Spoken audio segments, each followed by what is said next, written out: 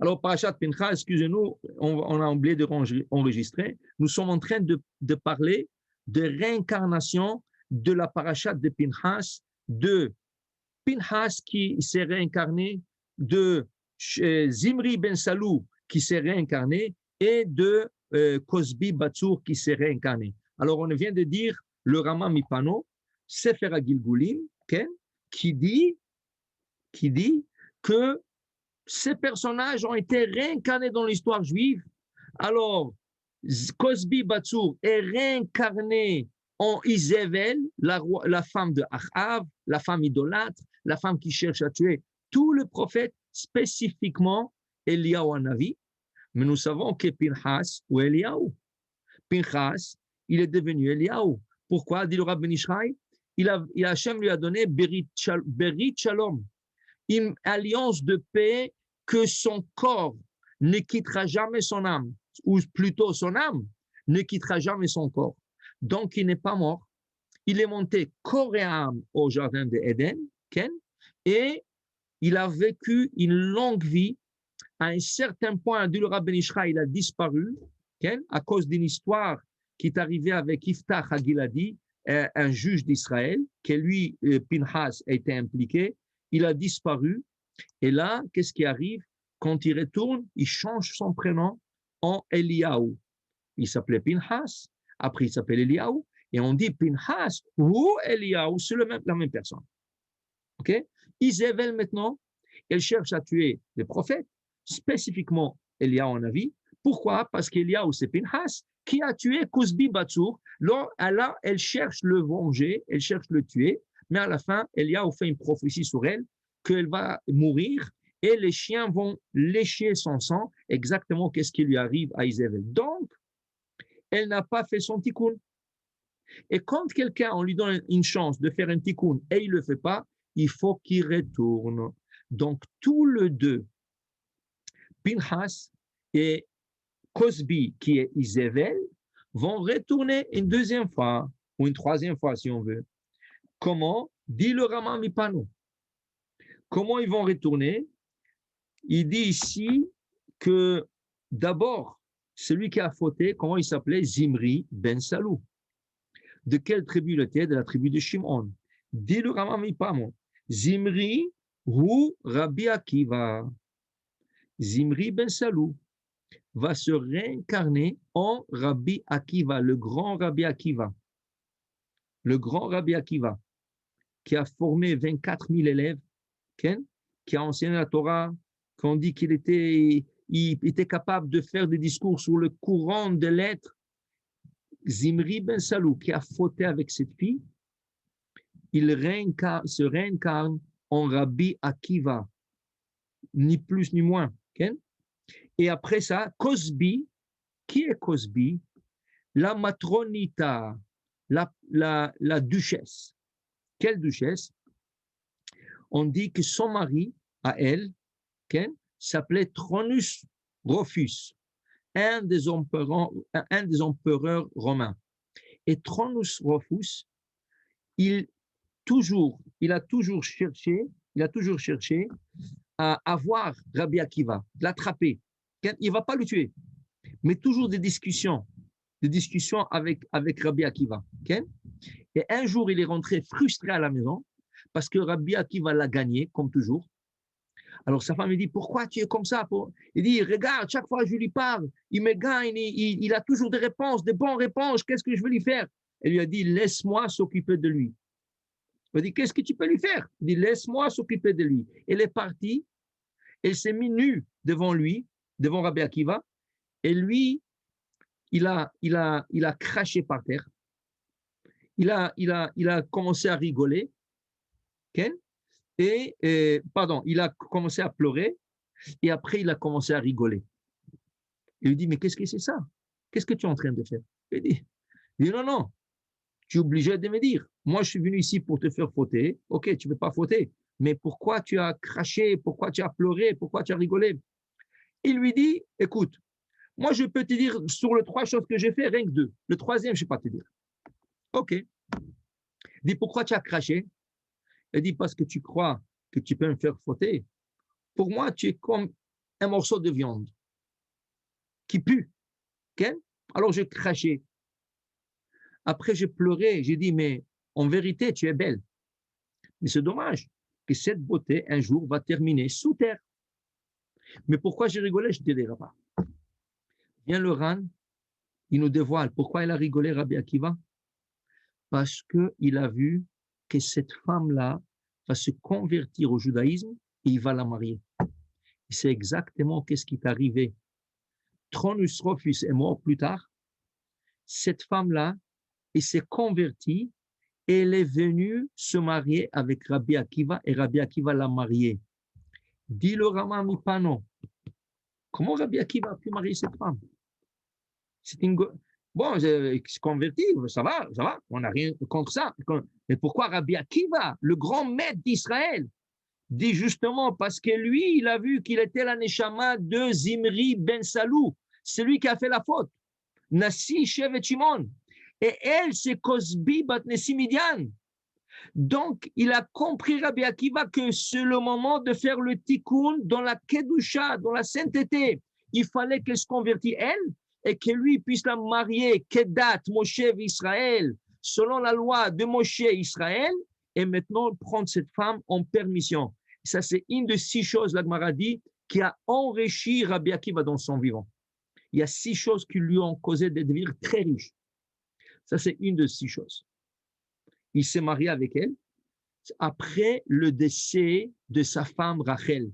Rachel, qui s'est mariée au début avec Rabbi Akiva, quand elle est décédée, plus tard, Rabbi Akiva il va avoir un deuxième mariage avec la matronita, la duchesse, la femme de Tronus Rufus qui va se convertir. Regardez ça. Comment Rabbi Akiva, il a pu faire un tikkun d'il y a 1000 ans en arrière.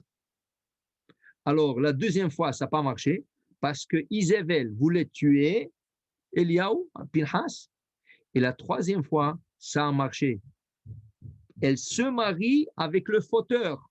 Ça veut dire celui qui a fauté avec elle. Okay? Elle s'est mariée avec le fauteur. Très bon. OK. Ce n'est pas la fin. À cause de cette histoire, okay? Okay? À cause de cette histoire, il y avait 24 000 jeunes garçons qui sont morts. D'accord? Dit le Rama Mipano. Sur le chiffre 24 000, vous vous rappelez lundi qu'on a étudié, on a dit que ce n'était pas seulement 24 000. On a dit que les juges d'Israël ont tué, selon l'opinion de Rashi, 176 000 fauteurs et selon le Ramban, 156 fauteurs. Donc il y avait presque 200 000. La Torah n'a pas parlé. La Torah seulement dit qu'on donne l'ordre à Moshe de dire aux juges de punir le fauteur. C'est Rashi qui nous l'a dévoilé. Et le Ramban. Mais la Torah n'a pas spécifiquement parlé. Pourquoi la Torah parle spécifiquement de ce 24 000? Dit le Rama Mipano, car ce 24 000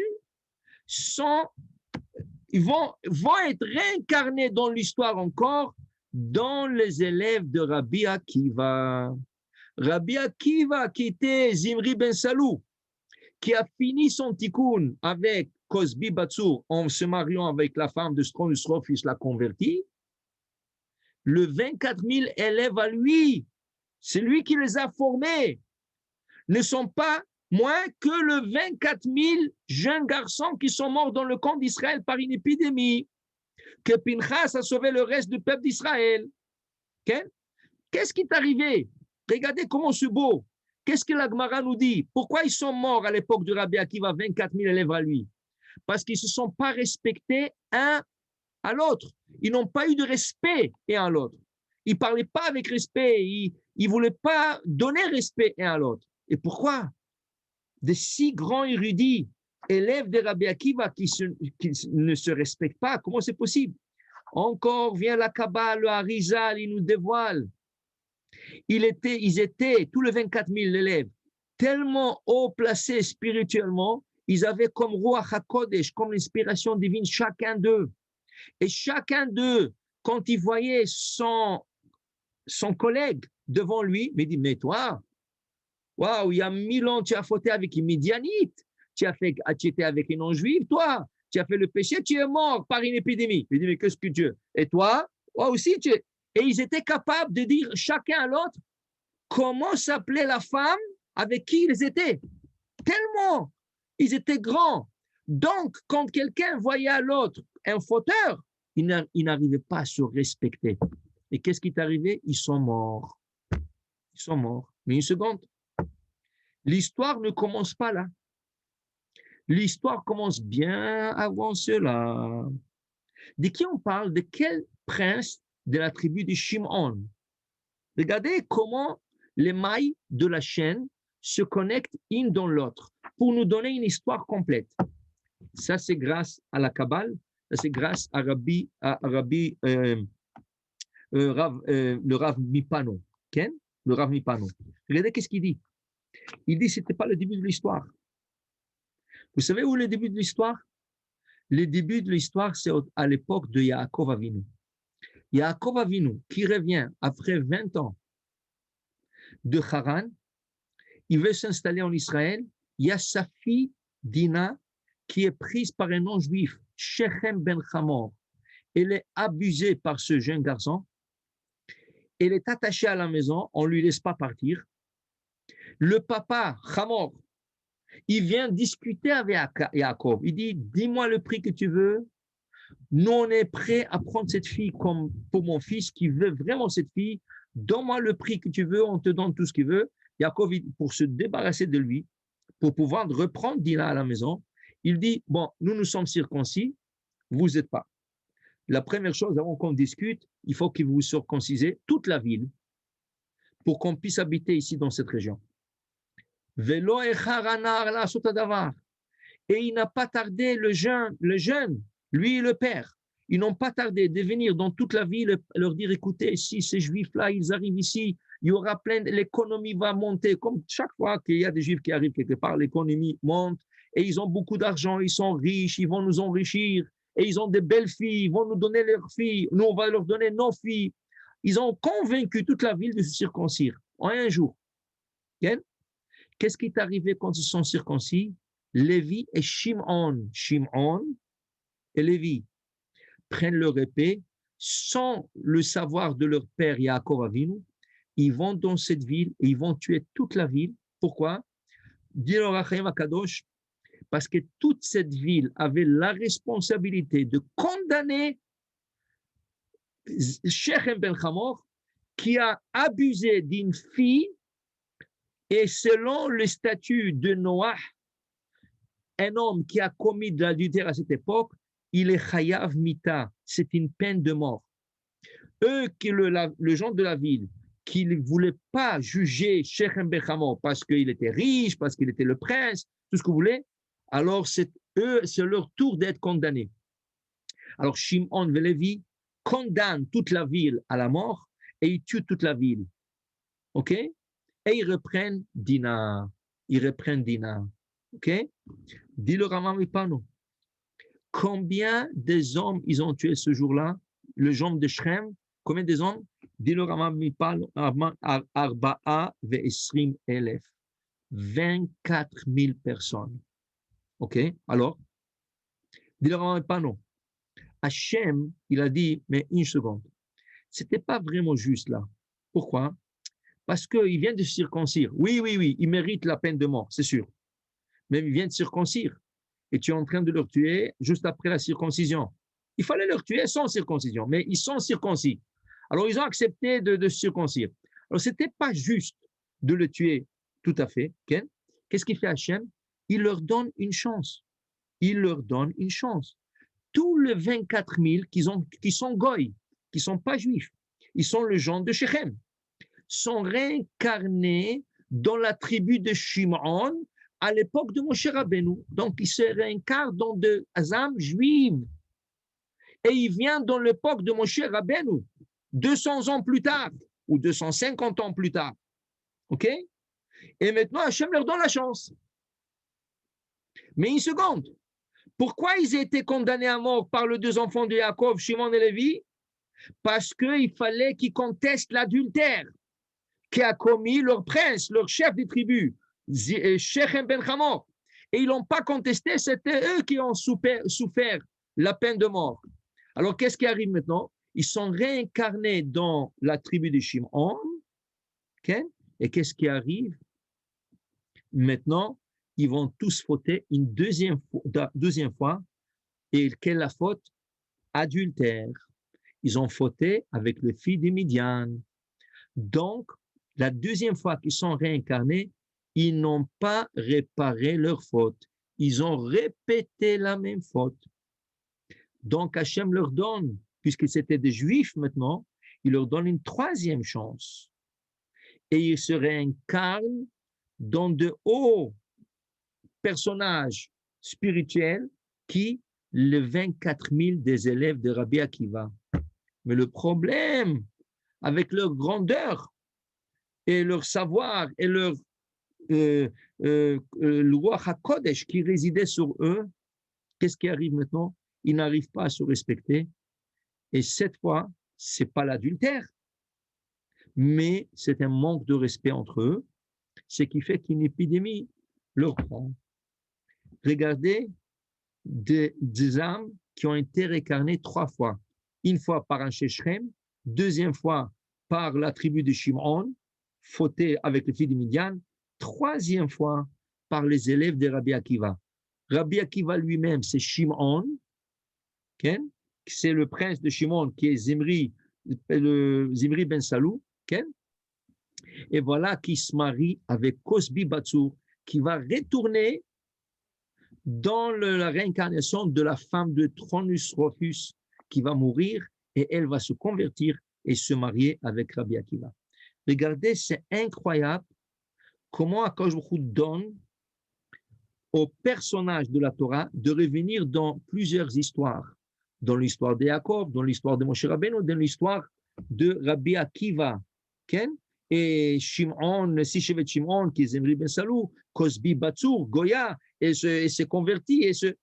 C'est incroyable comment Akadosh Baruch Hu, il veut que ces âmes, qui ne sont pas des âmes simples, ils sont en train de porter certains habits. Un, il s'appelle Cosbi, l'autre s'appelle Zimri ben Salou, Rabbi Akiva.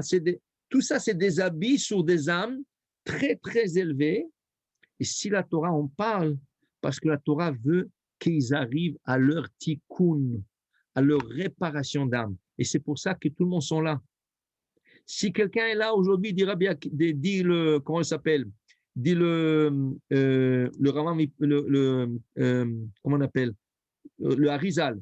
Si on est là, c'est parce que dans le premier titre de Gilgul qu'on était là, on n'a pas assez réparé. Donc, il faut revenir dans Gilgul pour réparer.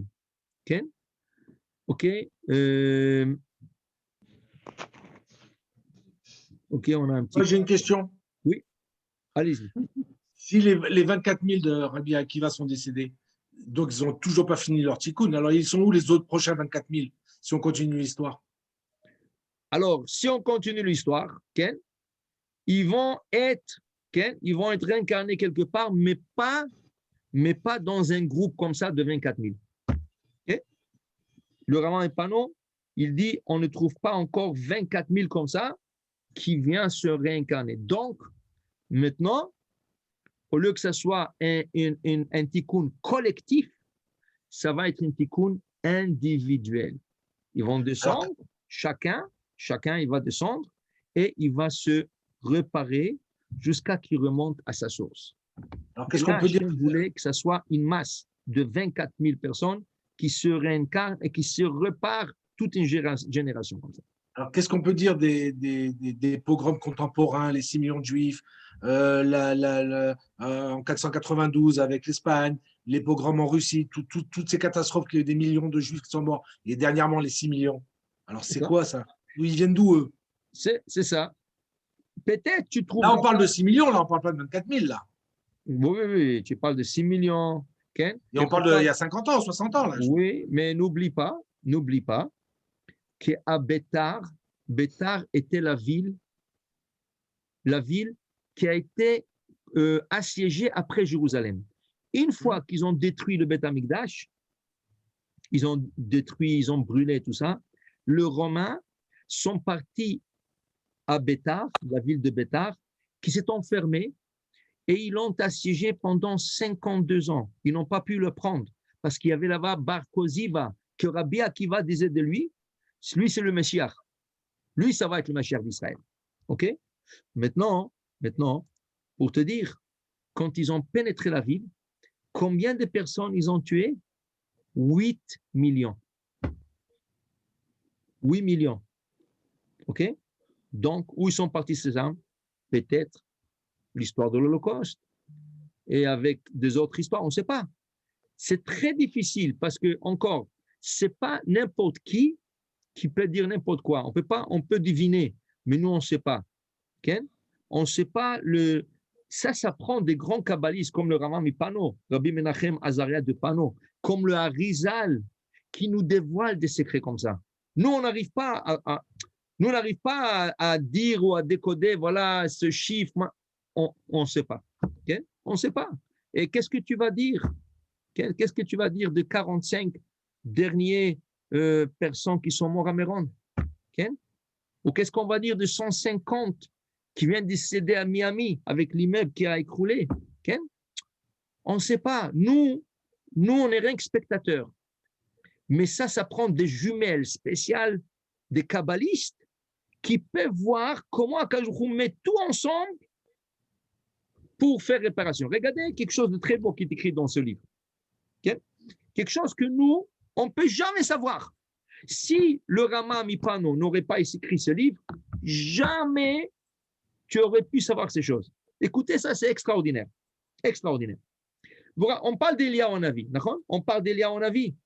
Eliyahu Hanavi, c'est Pinchas, d'accord?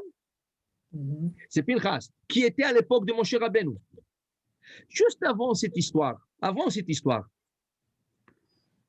on va dire 37 ans en arrière, ou 38 ans en arrière, est arrivée l'histoire de Korach. D'accord? Vous vous rappelez? Korach n'était pas seul. Il y avait deux personnes là-bas. Un, il s'appelait Datan, l'autre s'appelait Aviram. Et chaque fois, il faisait des problèmes à Moshe Rabbeinu. Okay? Jusqu'à qu'ils sont morts. Comment ils sont morts? Quand la terre s'est ouverte, Datan et Aviram se sont engloutis avec Korach. Vient le Rama Mipano, inimaginable. Regardez qu'est-ce qu'il nous dévoile. Regardons un peu l'histoire de Pinchas, qui est Eliyahu. À l'époque d'Eliyahu, le peuple adorait les idoles. Il y avait 450 chefs idolâtres à cette époque. Et c'est eux qui ont poussé le peuple vers l'idolâtrie. Vient Eliyahu Hanavi, il fait un pari avec ce 450 idolâtres, chefs idolâtres. Il leur dit comme ça, écoutez, on fait un pari, moi et vous. On va faire un sacrifice chacun de nous. On va prendre 2 taureaux. On va construire un autel. Chacun de nous mettra son taureau. Chacun de nous crie à son Dieu. Le Dieu qui va envoyer un feu du ciel consumer le sacrifice, oui, ça va être le vrai Dieu. Et tout le peuple suivra ce Dieu. Une partie du pari, c'est celui qui gagne a le droit de tuer l'autre. Eux, ils étaient sûrs d'eux-mêmes. Pourquoi? Ils étaient 450. Et là, on a vu seul. Ils ont dit qu'ils vont planifier d'une manière que le feu va descendre du ciel. Vous vous rappelez, on a parlé de ça. Ils ont planté un homme sous l'autel avec une torche pour allumer le feu, pour dire que le feu soit, disons, descendu du ciel. OK? Et un serpent est venu, il a mordu, il a tué. Ils ont crié toute la journée. Regardez l'histoire là-bas. Qu'est-ce qu'est la Gemara et qu'est-ce que l'histoire dit? Ils ont pris 2 taureaux. Mais une seconde, 2 taureaux qui sont des jumeaux. La même taille, la même couleur, pour qu'on ne dise pas qu'un taureau il était plus beau que l'autre et c'est pour ça que Dieu a accepté un. Non, non. Ils étaient la même taille, la même pesanteur presque, okay? La même couleur, tous les 2 noirs. Okay? C'est écrit qu'Eliyahu leur dit Bechavod, choisissez votre taureau. Vous en premier. Alors ils sont partis, ils ont tiré un taureau. Le taureau ne voulait pas bouger de sa place. Va bouger un taureau quand il te dit non. Tu risques de faire encorner. Rien à faire. Ils l'ont frappé, ils n'ont rien à faire. Dis-leur. Et qu'est-ce qu'on dit? On dit qu'il est en avis. Il est parti parler au taureau. Qu'est-ce qu'il lui a dit? il lui dit comme ça, je sais pourquoi tu ne veux pas bouger. Parce que tu ne veux pas servir à une idolâtrie. Eux, c'est des idolâtres. Ils vont t'égorger pour une idolâtrie. Et je comprends, tu ne veux pas servir à une idolâtrie. Mais sache une chose, le fait que le feu ne va pas venir du ciel pour te consumer, ça c'est Kiddush Hashem. Tu vas sanctifier Hashem. Alors, s'il te plaît, suis-leur et fais qu'est-ce qu'on te demande. Tout de suite, il est parti de lui-même, le taureau. Il les a suivis, ils l'ont tué, ils l'ont mis sur l'autel et rien n'est arrivé jusqu'à qu'Eliaou a pris le deuxième taureau, il a égorgé. Dit le Rama Mipano. Qui était le deux taureaux? La réincarnation de deux âmes, Datan et Avira. Va le savoir. Va le savoir. Et pourquoi? Parce qu'ils sont partis contre Moshe Rabbeinu. Maintenant, ils vont sanctifier le nom de Dieu en public devant tout le monde. Eux qui ont été contre Moshe Rabbeinu en public, ils ont dit non, tu ne suis pas, tu ne mérites pas. Maintenant, les deux taureaux vont faire Kiddush Shem Shamaim, sanctification du nom du ciel, devant tout le peuple d'Israël qui, à la fin de cette histoire, va crier Adonai ou Elohim, Adonai ou Elohim. Okay? Comment tu peux savoir des choses comme ça? C'est que des grands kabbalistes comme ça. Donc, nous, on peut s'imaginer des choses, on peut essayer de comprendre des choses. Tant que ce n'est pas écrit clair, on ne sait pas qu'est-ce qui est arrivé avec les 24 000 après qu'ils sont décédés, okay? Après qu'ils sont décédés, dans l'histoire à l'époque de Rabbi Akiva. Est-ce que Dieu les a acceptés comme ça? Est-ce que Dieu les a réincarnés individuellement chacun pour faire son tikkun? Okay? On ne sait pas. On n'a pas de source pour le moment. Okay? Et ça va être à l'époque de Mashiach. Ça va être quelque chose d'extraordinaire. Je vis une fois un documentaire sur ce qu'ils appellent la mort clinique. Okay? Je voulais savoir, parce que apparemment, la science parle beaucoup de la mort clinique. Qu'est-ce que ça veut dire la mort clinique? Ça veut dire que la personne est déclarée morte par la médecine. Le médecin, ils disent, cette personne, son cœur, il bat à peine, mais il n'y a plus, ça enregistre rien dans le cerveau, dans le corps. La personne, on dit mort clinique.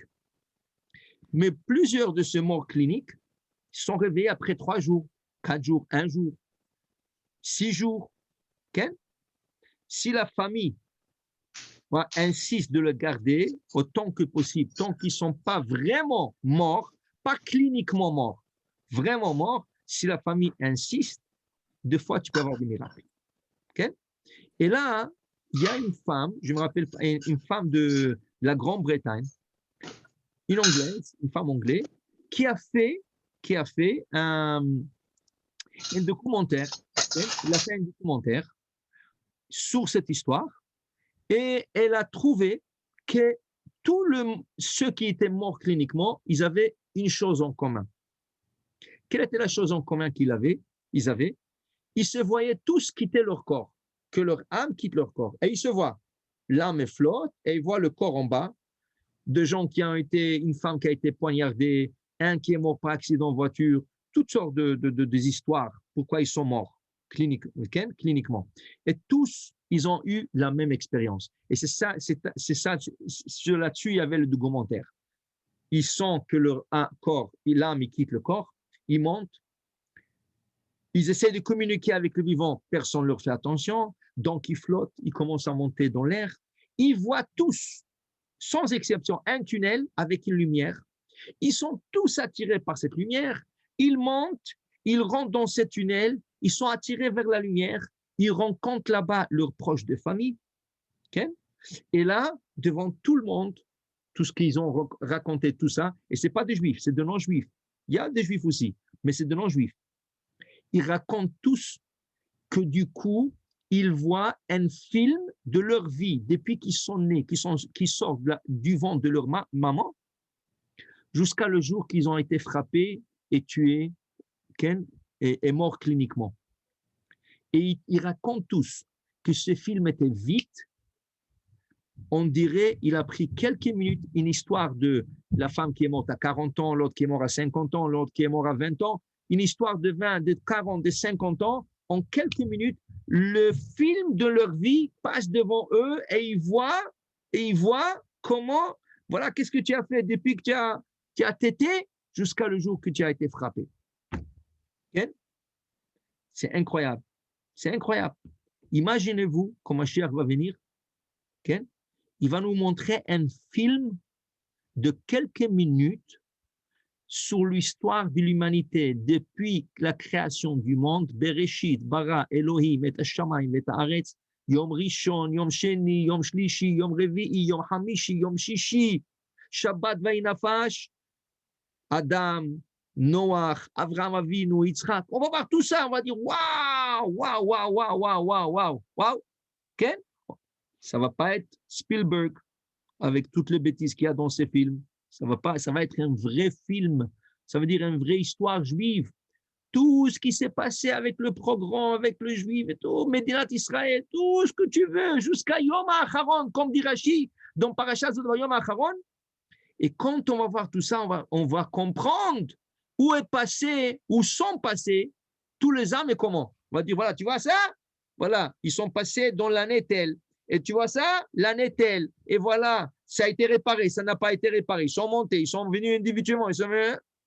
On va dire, waouh, Ribono Shel Olam, c'est vraiment un film qui fait du sens.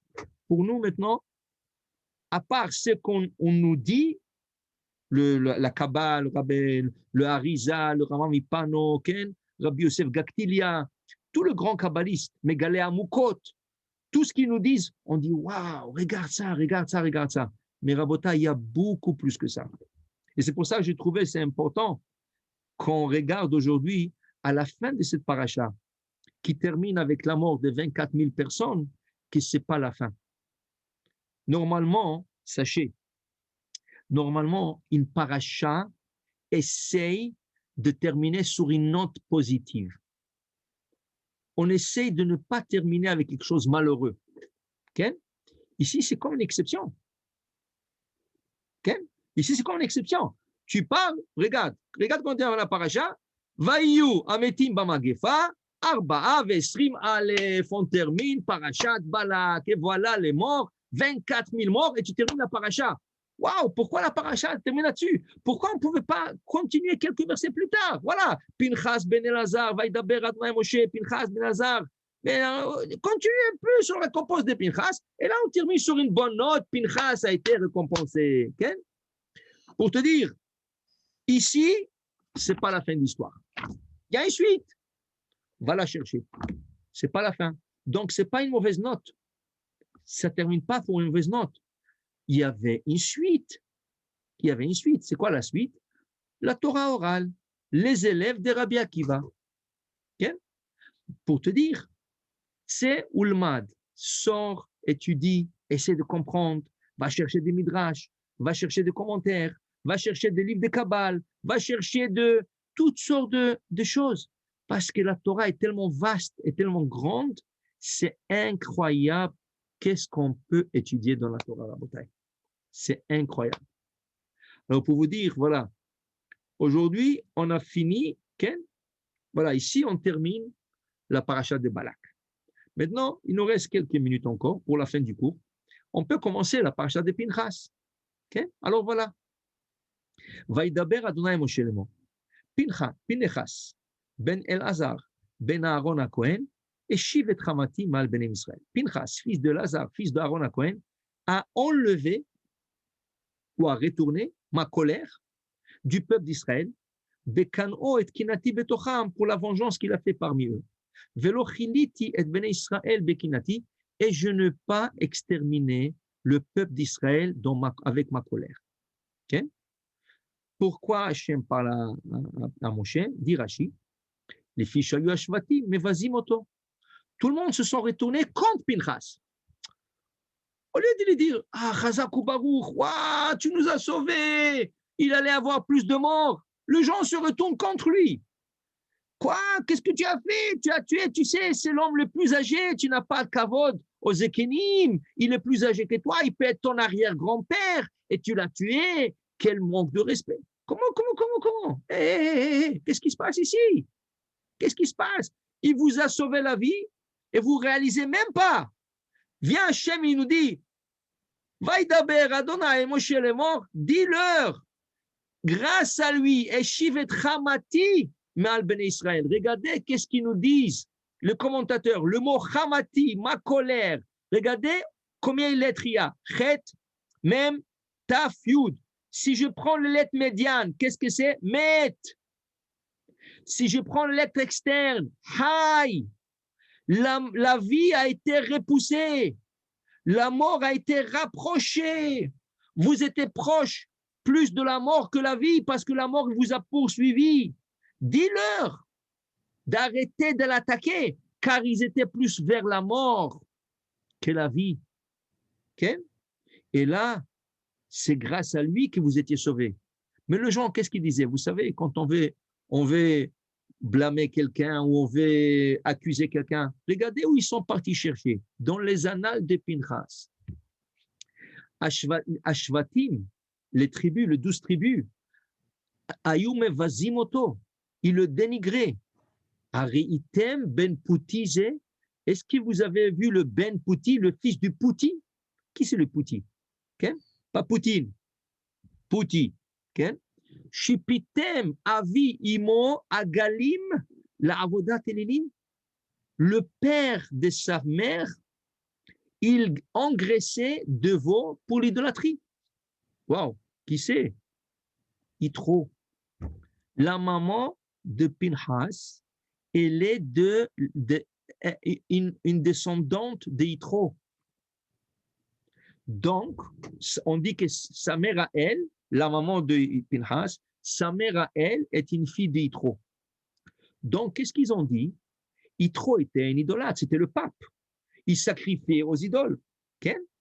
Alors, bien sûr que Pinchas, il va tuer Zimri, parce qu'il a le sang d'idolâtrie qui lui coule dans le corps. Et ce sang d'idolâtrie demande des morts, il demande, c'est des païens, ils veulent tuer des gens. Ah, une seconde, mais Yitro, est-ce qu'il ne s'est pas converti? Mais Yitro, est-ce qu'il n'a pas eu une mérite d'avoir une paracha sur son nom? Est-ce qu'il n'a pas eu le mérite de conseiller son beau-fils, Moshe Rabbeinu, avec le tribunal, comment placer les tribunaux, toute la législation juive? Qu'est-ce que vous êtes en train de dire? Qu'est-ce que vous êtes en train de chercher? Hachem intervient. Ne cherchez pas ça. N'allez pas dans ce coin. Vous êtes trompés. Et Shiv et Tramati, c'est grâce à lui que vous n'êtes pas mort. Si vous êtes vivant aujourd'hui, c'est grâce à Pinchas. Pour dire à Botaï que des fois dans la vie, il y a des gens qui nous font du bien, mais on n'est pas toujours content, on n'est pas toujours, on ne sait pas exactement ce qu'on attendait. Donc, on commence à chercher. En hébreu, il y a une expression, mechapes betzitziot. Il cherche la tzitzit. Est-ce que les fils sont collés un dans l'autre? Est-ce que les fils sont cachés? Ils ne sont pas coupés? Qu'est-ce que tu lui cherches, le tzitzit? Qu'est-ce que tu cherches? Ça veut dire que tu cherches des bibites. Pourquoi tu ne regardes pas la beauté de la chose? Pourquoi tu ne vois pas le bien qu'il t'a fait? Pourquoi tu cherches le mal? Donc Hachem intervient.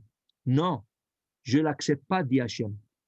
Il a fait quelque chose d'extraordinaire, c'est grâce à lui. Moi, j'aurais dû venger de vous. Lui, il a vengé d'une personne, moi, j'aurais vengé de tous. Okay? Alors, il dit, la reine est morte. C'est pour ça, dis-leur. Hachem dit à Moïse, dis-leur, Ineni notenlo et biriti shalom, je lui donne une alliance de paix. Quelle alliance de paix, dit le Midrash? Une paix entre son corps et son âme. Vous savez que le corps et l'âme sont constamment en guerre. Et l'âme ne veut pas résider dans le corps. Pourquoi? Le corps cherche du matériel, l'âme cherche du spirituel. Chaque fois que le corps t'emmène, viens au restaurant, viens, on va sortir, viens, on va se promener, viens, on va voir ça, viens, on va aller là-bas. L'âme dit non, viens étudier, viens dire Tehillim, va écouter le cours de Torah. Alors, ils sont constamment en guerre, les deux. Un, il tire là, l'autre, il tire là. Et l'âme, chaque fois, il dit, ça y est, je ne veux plus rester, je vais partir, je vais retourner à mon Père au ciel. Qu'est-ce qu'il fait Hachem? Dit David Amelech, va tachet alay kapecha. Hachem met sa main sur la personne pour que l'âme ne quitte pas. Et c'est pour ça que Chachamim nous ont instauré une bracha extraordinaire si on comprend le sens de cette bracha.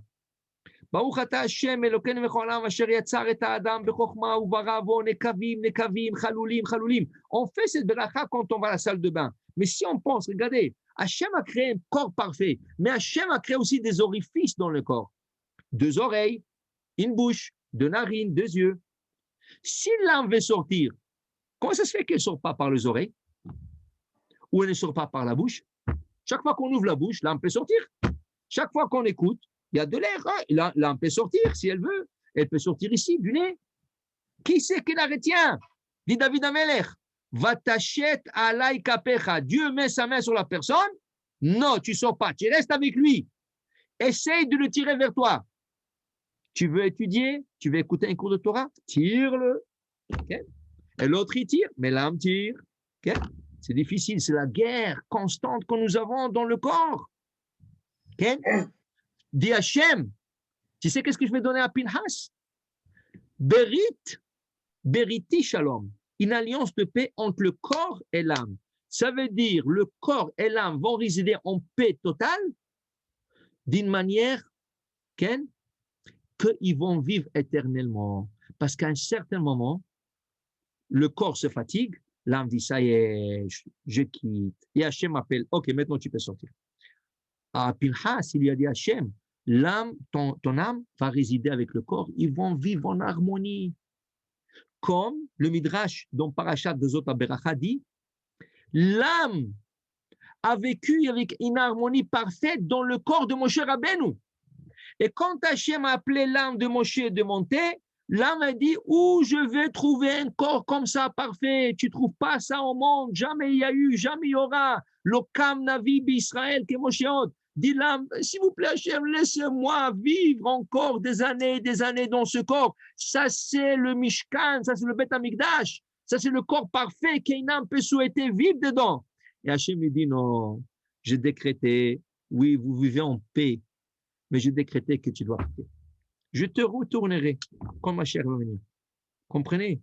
Il y a des âmes qui ont le plaisir de résider dans le corps où elles se trouvent. Et ça, c'est quelque chose qui a été donné à Pinhas, Berit Shalom, une alliance de paix éternelle. Donc Pinhas ou Eliaou, et à un certain moment, Eliaou va monter corps et âme au ciel et devenir un ange, et de temps en temps, il descend sur terre, fait ses missions, il retourne au ciel, il est malach, il écoute la yeshiva shel Ma'ala, il descend dans un brit mila, il va dans de missions qu'Hachem l'envoie. Il n'a jamais quitté son corps. Okay? Ce n'est pas la fin. On va terminer encore avec sur un point. Vaitalo ulzaro acharav berit keunat olam. Maintenant, je lui donne aussi, je le nomme, dit Hachem, Cohen. Lui et ses enfants. Pourquoi je le nomme Cohen? Parce que quand Hachem a pris à Aaron, il l'a nommé Cohen, il lui a dit, la keuna, la prêtrise, va commencer de toi, Aaron, avec tes 4 enfants. Nadav, Avihu, Elazar, Itamar. Pas plus que ça. Mais Elazar, il avait déjà Pinhas, qui est né. Hachem dit non. L'enfant reste Lévi, le papa est Cohen. À partir de là, les enfants qui aura Elazar à Cohen, eux, ils vont devenir de Kohanim. OK? Là, après l'histoire de Pinhas avec Zimri, Hachem dit, maintenant, je nomme Pinhas, il mérite d'être Cohen aussi. Lui, pas seulement lui, ses enfants aussi. C'est que son père n'a pas eu. Son père, Elazar, il est devenu Cohen, mais son fils est resté en arrière, Lévi. Là, Pinhas, il reçoit le titre de Cohen avec les Zaro Acharav, avec toute sa descendance, tous ses enfants, qui est un plus grand mérite qu'il a eu. Donc, il a été compensé d'une vie éternelle et il a été récompensé de devenir Cohen, lui et toute sa descendance. Baruch Adonai le'olam. Amen ve Amen.